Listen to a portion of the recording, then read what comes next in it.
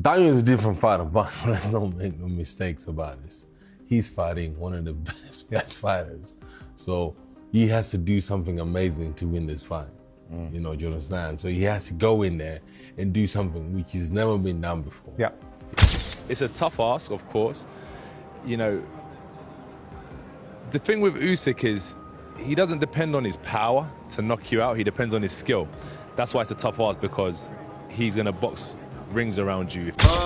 You know, jabs, using lateral movement.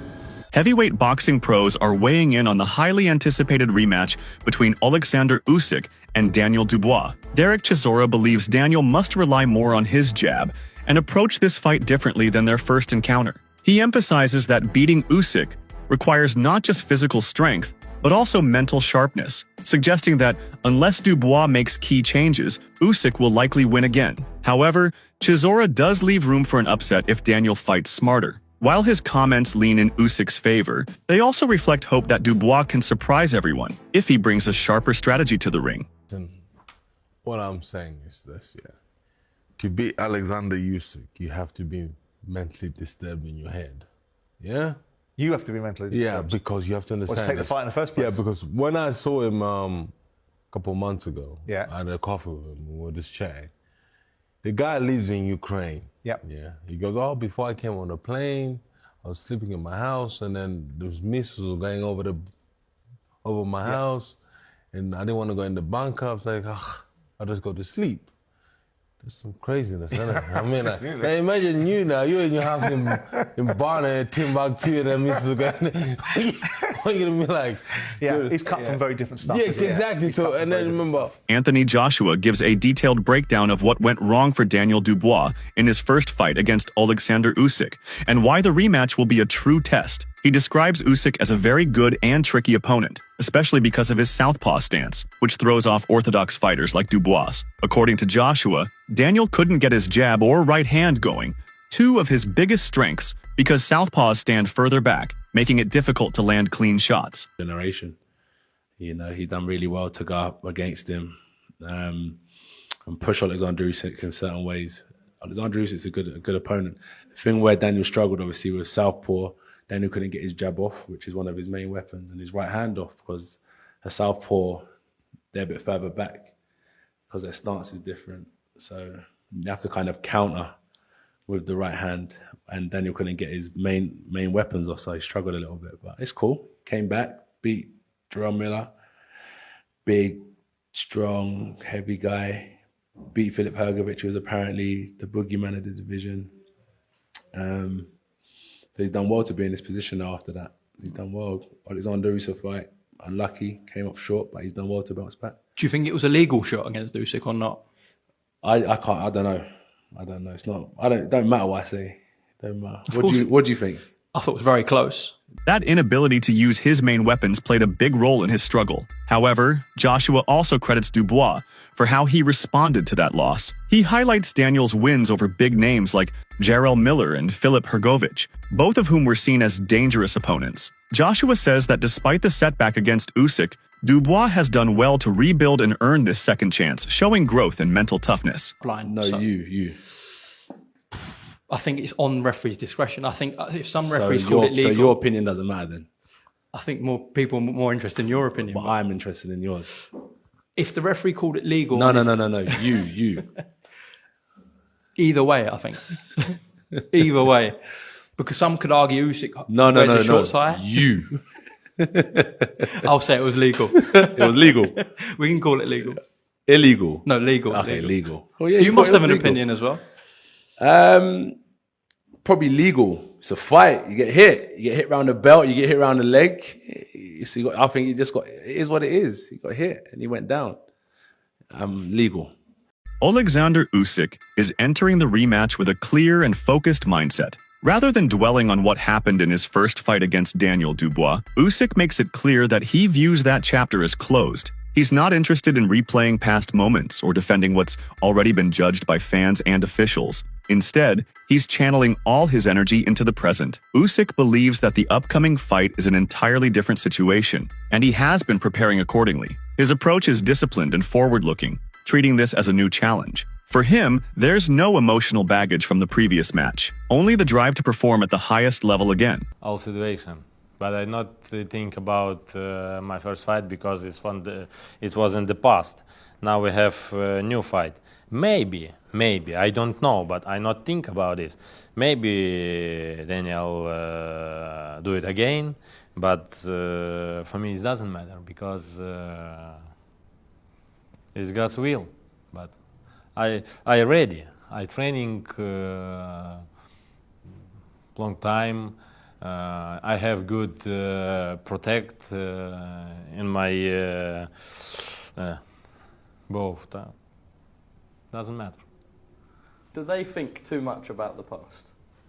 Eddie Hearn offers a perspective that adds depth to the ongoing narrative of the rematch. As someone who's managed and promoted multiple world title fights, Hearn evaluates both the technical and promotional sides of this rematch. He points out that there's a lot at stake, especially with the way things ended previously. According to Hearn, the pressure on both fighters is immense, but especially on Dubois, who must prove he belongs at the elite level. He hints at how Daniel's preparation might have evolved and credits his team for putting together the right strategies. First fight, that was a low blow or not? I don't actually know your opinion. I did.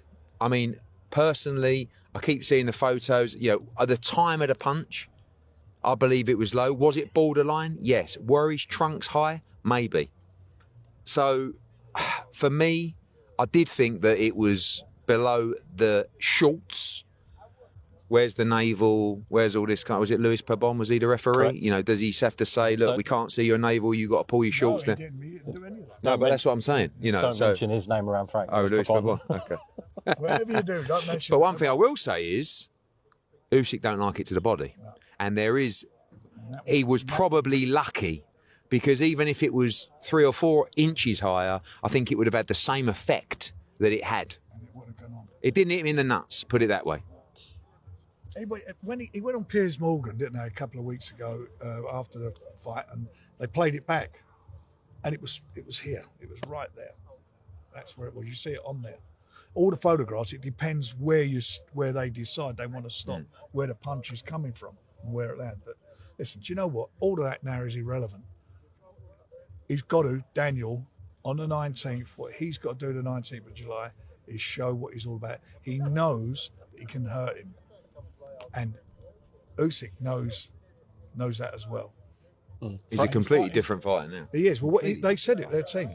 When Usyk and Dubois first met in 2023, the bout did not end without debate. The moment that defined the match was a punch. Dubois landed to Usyk's midsection, which was ruled a low blow by the referee. That call immediately sparked division across the boxing world. Some believed it was a fair body shot, while others defended the referee's decision. This moment overshadowed what was otherwise a hard-fought contest and left a sense of unfinished business between the two heavyweights. Actually, go and look at the... Two of them, just to correct you there, and I agree with the judges on this, 2 of the judges gave him the 4th round. 1 of the judges gives him the 5th round, which is the low blow round. The 4th round, 2 of the 3 judges give the 4th round to Dubois, not the 5th. Yeah, but one of the judges did give him the 5th. Yes, they did, yeah. One of them did give him the 5th, yeah. Which I disagree with. I actually thought that Usyk got off the deck and gave him a bit of a pasting in the final sessions of that 5th round. Listen, he lost comprehensively. We had, 8 completed rounds. Usyk won at least 6 of them. Correct. At least. Correct. So when you're talking about the gap between the guys, I thought it was really, really wide. But Don Charles, the team, whoever's been around Daniel Dubois, Kieran Farrell's played a massive part in it. Getting inside his head to convince him, you nearly had him. Yeah. You nearly had him. Yeah. To get him, it doesn't matter whether I believe it or, Tom, Dick, or Harry down the road believes it or any fan believes it. We all saw what we saw. As long as Daniel Dubois believes what is being told. The tension between the fighters became more visible during the official face-off. Daniel Dubois appeared more aggressive and direct than ever, sending a clear message with his body language and comments. His behavior during the stare-down was interpreted by many as an attempt to rattle Usyk, who is usually calm and composed. The moment escalated quickly, making it evident that the rematch is not just about belts, it's personal now. This sudden spike in hostility has only intensified the anticipation surrounding July 19th. Whether it was genuine disrespect or a calculated psychological tactic, Dubois succeeded in shifting attention toward the emotional buildup of the bout. The face-off has now added an extra layer of narrative that makes this rematch even more dramatic and unpredictable. I can't wait for Oleksandr Usyk to teach Daniel Dubois a lesson in the rematch that's taking place Saturday, July 19th at Wembley Stadium. Oleksandr Usyk and Daniel Dubois have a face-off to promote their fight. Now take a look at this. Listen. Pussy. Daniel Dubois pushes Oleksandr Usyk and then goes and calls him a pussy. I find it quite funny when a quitter calls someone else a pussy. Huh? Make it make sense, because Daniel Dubois, yeah, you've come off a few good losses, but we have to remind the peoples your true nature. When shit gets tough, you quit. Look at that fight between you and Joe Joyce, you quit. The fight against Oleksandr Usyk, you quit. And for you to go and disrespect Oleksandr Usyk, one of the greatest boxers of our eras. Yeah, the man is so humble inside the ring and outside the ring. You are gonna get taught a lesson. Now, when Oleksandr Usyk beat Tyson Fury, Daniel Dubois jumped into the ring and started begging for a rematch. I honestly believe you disrespected Oleksandr Usyk then, because that was his moment, that was his time to shine, and then you came along and messed everything up. Now, Oleksandr Usyk is going to teach you a lesson for that. Oleksandr Usyk is going to teach you a lesson for pushing him, and Oleksandr Usyk is going to teach you a lesson because you think you are the dog's bollocks right about now. Listen, I always like to support our own. I'm a Brit. I like to support British fighters. But listen, in this instance, in this case, in this up-and-coming fight, I am rooting for Oleksandr Usyk. I hope he teaches you a lesson and he reminds you of your place. Enough of me waffling. I want you guys to let me know in the comment section what you guys think of this fight.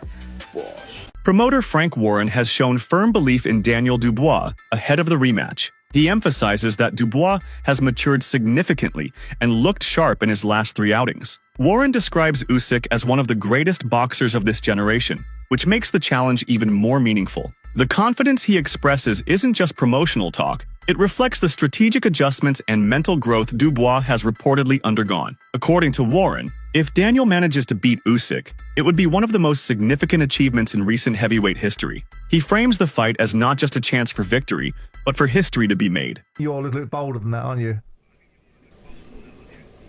Yeah, I think if Daniel can do what he's done in his last 3 fights, I think he can win the fight. I'm very confident in him, and you're going to get a good Usyk anyway. You know, Usyk's a consummate professional. You know, it's not like he backed out the fight. He wanted the fight, so he obviously and his team believe in him. And that's why it's going to be such a good match. But I think that Daniel knows he can hurt him, and what I think, and I hope they're overlooking, Daniel can box a bit as well. He's not a one-trick pony. He's not just smash and bash. He's got a great jab, and he can box. Derek Chisora joined Simon on Top Boxing yesterday, and of course Derek Chisora has stood in front, as many have and many failed, and he was one of them, facing up to Oleksandr in the ring. Derek offered some information on how Dubois might go about taking care of Usyk on the night, though. Frank, have a listen to Derek.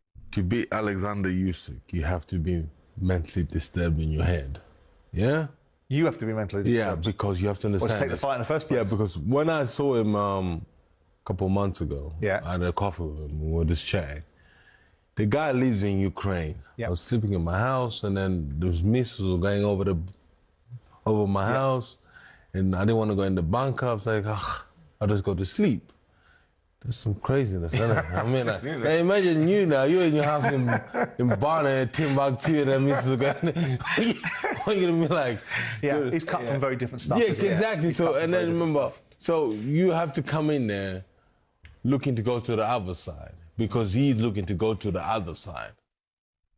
What do you make of that, Frank? Usyk's a special case because of where he comes from and what he's lived through, according to Derek. Yeah, it's been tough what what the whole country's going through. There's no doubt about that. But you know, Daniel's had a real tough upbringing himself. It's just been boxing. His dad took him out of school. He's homeschooled, and all he did was live and breathe boxing. So he doesn't know anything different than boxing. That's what he's been brought up to do.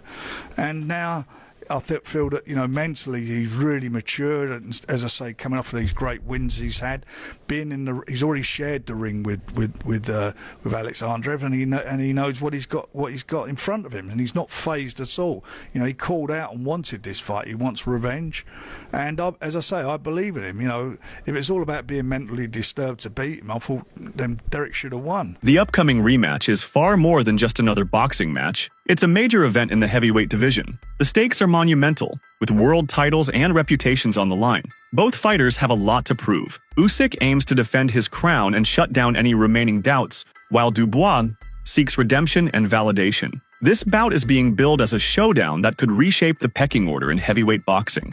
Broadcasters, promoters, and fans